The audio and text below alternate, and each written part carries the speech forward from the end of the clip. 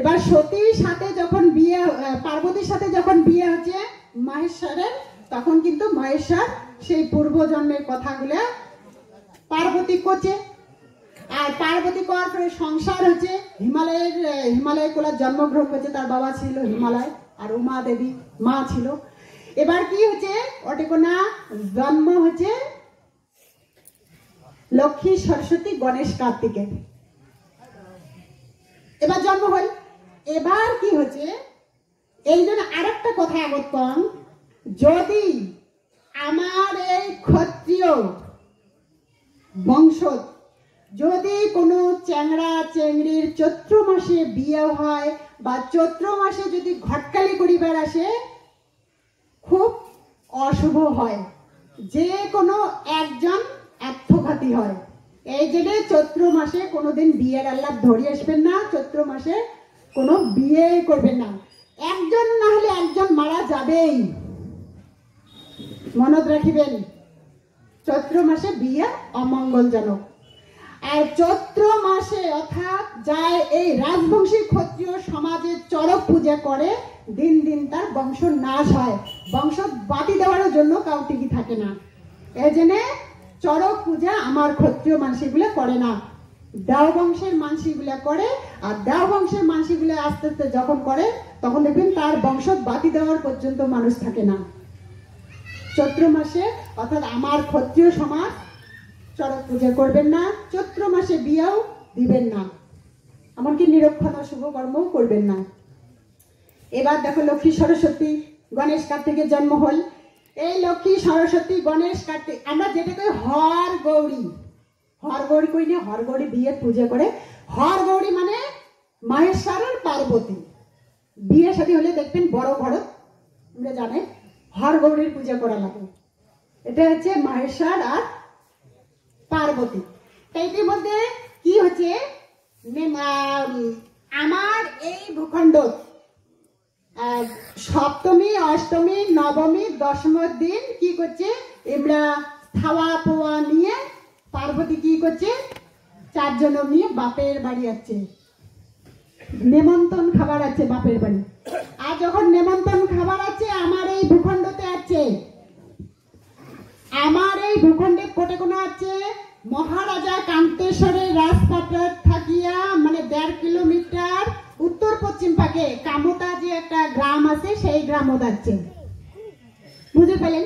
এবার সপ্তমী অষ্টমী দশমীর দিন খুব সুন্দর ভাবে কি করলে, খাবার খায়া উমরা আবার যাবা দিচ্ছে। যাইতে যাইতে জলপাইগুড়ি নামক একটা জায়গা আশ্রয় নিচে, জলপাইগুড়ি জায়গা যখন একটা আশ্রয় নিচে জিরিবেদ হচ্ছে, একটা গাছের তলা, বিকেল হচ্ছে, সন্ধ্যা নবম ভাব বিকেল হচ্ছে।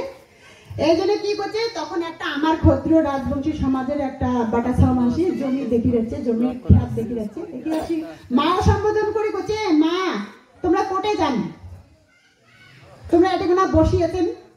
যখন মা সম্বোধন করে করছে, পার্বতী খুশিতে ভরে গেছে, তখন করছে কোটে যান, আরো কত দূর যাবেন, কার বাড়ি যাবেন, সন্ধে হয়ে গেছে, বাঘ ভাল্লুক আছে, আরো কত কি আছে, তখন আমার বাড়িতে আশ্রয় নাও। তখন কি করছে, ওই মা যে পার্বতী আছে লক্ষ্মী সরস্বতী গণেশ কার্তিক নিয়ে ওই আমার রাজবংশী ক্ষত্রিয় বাড়ি যে ছিল। আর রাজবংশী ক্ষত্রিয় মানুষটা তখন কি করছে, থাকার ঘর তো নাই, তখন ভান্ডারা যে ছিল ভান্ডারার ঘরত নিয়ে যায় উমে রাখছে, তাতেই উমরে খুশি হয়েছে। তা খুশি হওয়ার পর উমেক আপ্যায়ন করে সুন্দর করে খোয়াছে, খোয়ার পরে পরের দিন কি করছে, এত সুন্দর আদর করছে, যত্ন করছে। পরের দিন পার্বতী নিজ মূর্তি ধারণ করিয়া গৃহস্থ করছে। আর গৃহস্থ যেই রূপে দেখা দিচ্ছে, সেই রূপে ওই ভান্ডারি নামক একটা জায়গা আছে, ওটা না তখন স্থান পাচ্ছে, ভান্ডারি দেবী নাকি ভান্ডারি দেবী, ওটা না স্থান পাচ্ছে। অর্থাৎ মা চণ্ডী মানে একটা সিংহের উপরে বসিয়েছে, চারপাশে 4 জন ছাওয়া আছে, গণেশ কার্তিক লক্ষ্মী সরস্বতী আছে, এমন করে দেখা দিছে।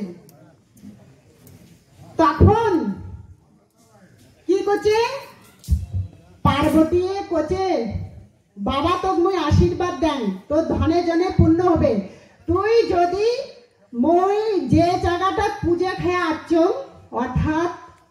জায়গাটার মানুষ পূজা করছে সেই জায়গাটাতে যদি মোর বেটি লক্ষ্মী পূজা করিস তাহলে তোর ধন ধন জন সব পূর্ণ হবে, এই আশীর্বাদ দিয়ে গেছে। তাহলে এই কারণে আমরা দুর্গা পূজা যে জায়গা করছি, চণ্ডী পূজা যে জায়গা করছি, সেই জায়গাতে আমরা একটা থাতি দিয়ে কি করছি, পূজা করছি, লক্ষ্মী দেবীর পূজা করছি। তারপরে আমরা কি করছি, যেহেতু মানে সন্ধ্যাবেলা, সন্ধ্যার আগে আগে ভান্ডারের ঘরত নিয়ে যা লক্ষ্মী দেবী ডাকছে, সেহেতু আমরা যখন সন্ধ্যা নাগে তখন আমরা পরম্পরায় কিন্তু এলাও আমরা সন্ধ্যাবেলা পূজা করি।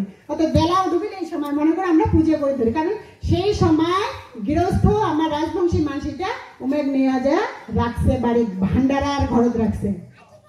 এই কারণে তোমরা দেখবেন এলাও কিন্তু পরম্পরা চলেছে লক্ষ্মী ঠাকুর পূজা করা হয় সন্ধ্যার সময়, বেলা ডোবার সাথে সাথে, দুপুরে কিন্তু না করি।